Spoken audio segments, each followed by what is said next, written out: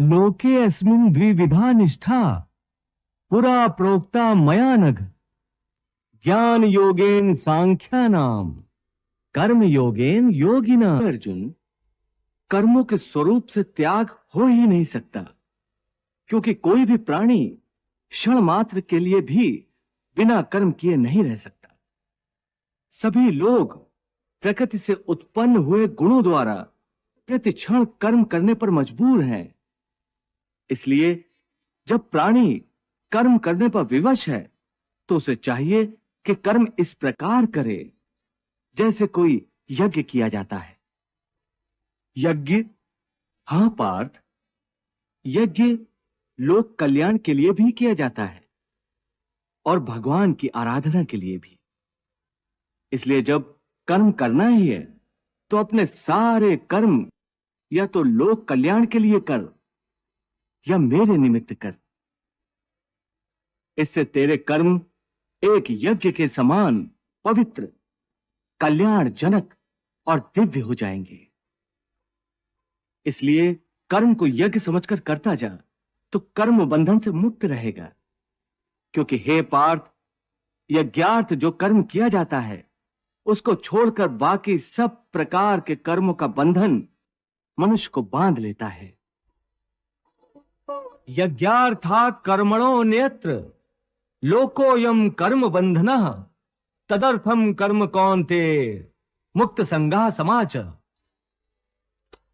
हे अर्जुन, शास्त्रों में कई प्रकार के यज्ञों का वर्णन है जिनके द्वारा प्राणी देवताओं की आराधना करके उनको प्रसन्न करते हैं।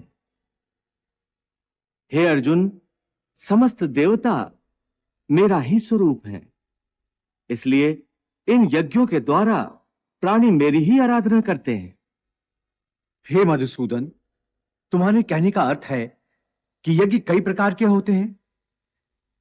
कृपा करके मुझे उन सब का विवरण बताओ।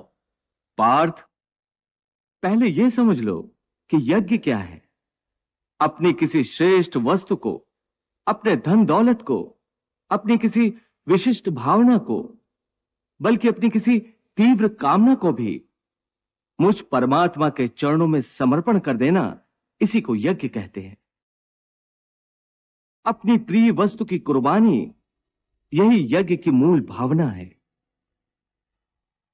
इसीलिए शास्त्र कहते हैं कि यज्ञ में आहुतियां देने के पश्चात जो अन्न बच जाता है उसे खाने वाला मनुष्य सब पापों से मुक्त हो जाता है। और जो लोग केवल अपना ही पेट भरने की ही भावना से अन्न पकाते हैं वो तो पाप का ही भोजन करते हैं। हे केशव, यज्ञ के बारे में आम धारणा तो यही है कि अग्नि जलाकर अग्नि कुंड में आहुतियां देने का नाम यज्ञ है। परंतु हे माधव, तुम तो कहते हो कि जन कल्याण का कोई भी कर्म यज्ञ है। अपने किसी प्रिय वस्तु का बलिदान अथवा त्याग भी यज्ञ है। इसका अर्थ क्या है? हे अर्जुन, ये ठीक है कि प्राणी अपनी अपनी निष्ठा के द्वारा ही अलग अलग प्रकार से अलग अलग देवताओं की पूजा करने के लिए हवन आदि करते हैं, उसे भी यज्ञ कहते हैं।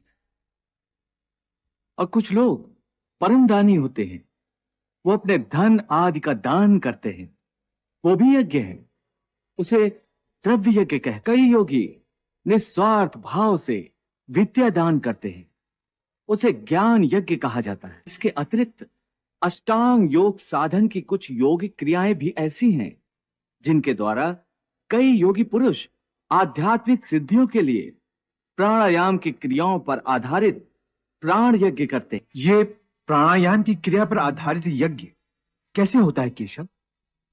हे अर्जुन, योगीजन मंत्र और तंत्र दोनों प्रकार की साधन पद्धतियों के द्वारा कभी अपान वायु में प्राण वायु का हवन करते हैं और कभी प्राण वायु में अपान वायु का हवन करते हैं।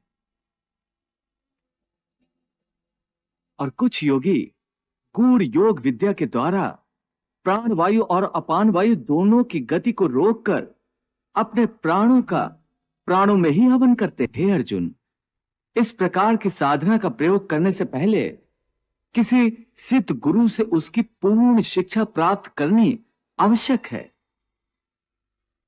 उसके लिए प्राणी को चाहिए कि बहुत विनम्र होकर गुरु से बार बार प्रार्थना करे, तो गुरु प्रसन्न होकर उसे इन सब का ज्ञान प्रदान करेंगे। गुरु के मार्गदर्शन के बिना उस पथ पर चलने में बहुत खतरा हो सकता है।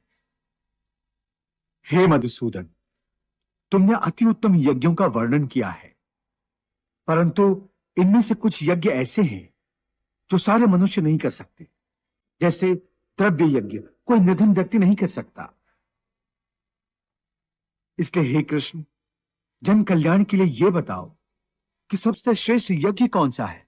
हे पार्थ, द्रव्य यज्ञ की अपेक्षा ज्ञान यज्ञ अत्यंत श्रेष्ठ है, क्योंकि मानव का सर्वोच्च कल्याण केवल ज्ञान की शक्ति से ही हो सकता है।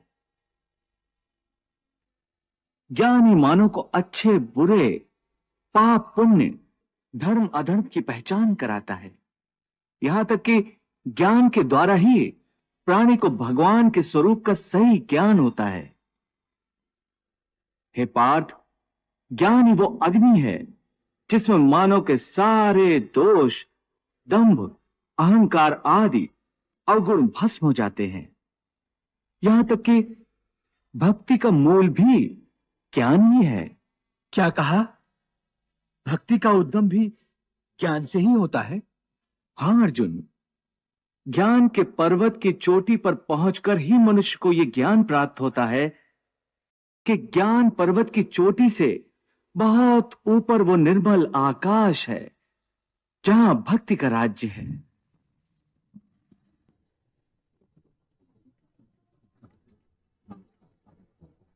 और जब प्राणी उस भक्ति के आकाश में पहुंचता है, वही प्रभु उसका हाथ पकड़कर उसे अपने श्री चरणों में ले जाते हैं। हे अर्जुन, ये समझ लो कि ज्ञान की अंतिम सीढ़ी पर चढ़कर ही प्राणी को श्रद्धा के पंख प्राप्त होते हैं।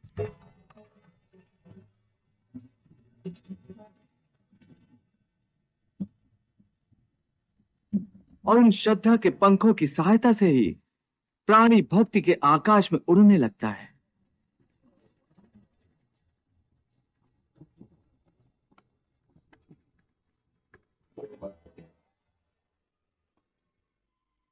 इसीलिए मैंने ज्ञान यज्ञ को ही सर्वश्रेष्ठ कहा है। हे पार्थ, ज्ञान के द्वारा ही तू इस सारी सृष्टि को पहले अपने ही अंदर देखेगा।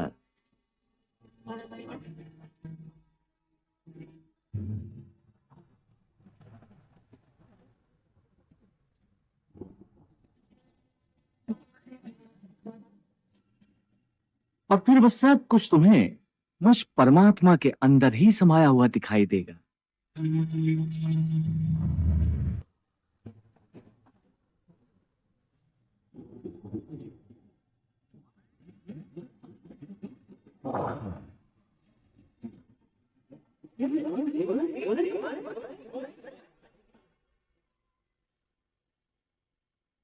जब तू इस ज्ञान को प्राप्त कर लेगा, फिर चाहे तू संसार का सबसे बड़ा दुराचारी भी हो, तो भी तू इस ज्ञान रूपी नैया में बैठकर संसार के पाप समुद्र को आसानी से पार करके परमात्मा की शरण में पहुंच जाएगा।